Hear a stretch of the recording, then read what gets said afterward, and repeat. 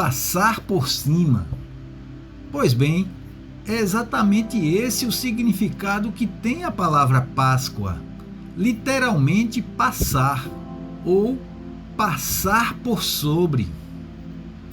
Vejamos o que nos diz a Santa Palavra de Deus em Êxodo capítulo 12, dos versículos 11 ao 14. É assim que vocês devem comê-lo, já prontos para viajar, com as sandálias nos pés e o cajado na mão. Comam depressa, é a Páscoa do Senhor, porque naquela noite passarei pela terra do Egito e matarei na terra do Egito todos os primogênitos, tanto das pessoas como dos animais, e executarei juízo sobre todos os deuses do Egito. Eu sou o Senhor. O sangue será um sinal para indicar as casas em que vocês se encontram.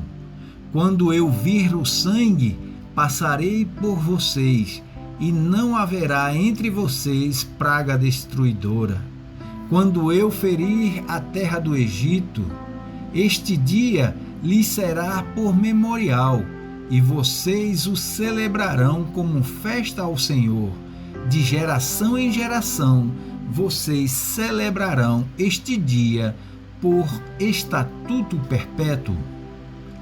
Aqui, o Senhor está instruindo Moisés acerca da última praga que ele lançaria sobre o Egito, a morte de todos os primogênitos. Versículo 12.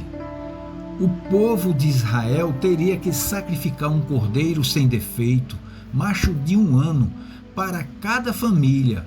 Está lá no versículo 5. E passar o sangue do sacrifício por sobre os umbrais das portas de suas casas. Versículo 22.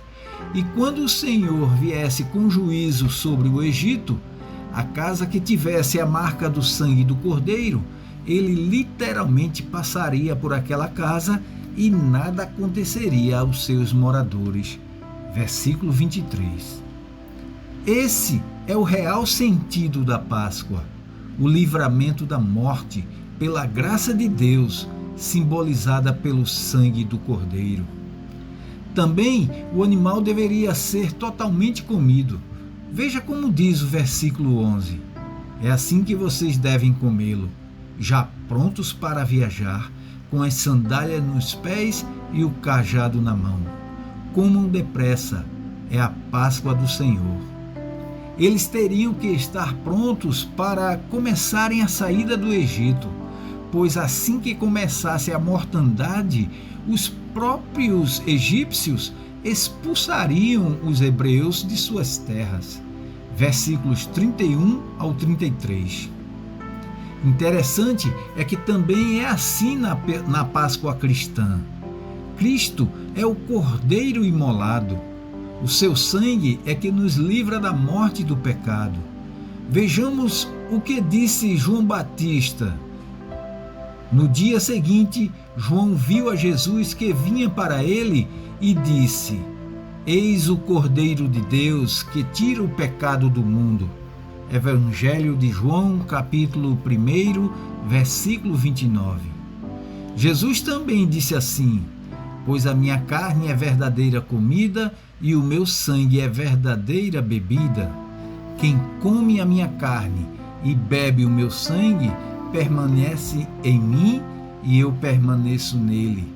João capítulo 6, versículos 55 e 56.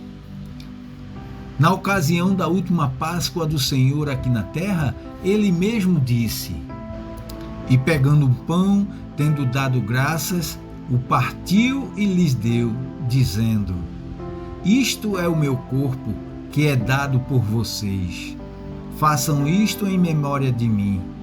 Do mesmo modo, depois da ceia, pegou o cálice, dizendo: Este cálice é a nova aliança no meu sangue, derramado por vocês. Lucas capítulo 22, versículos 19 e 20. Do mesmo modo que o cordeiro morto lá no Egito foi comido, Cristo partiu o pão como símbolo do seu corpo para ser comido também.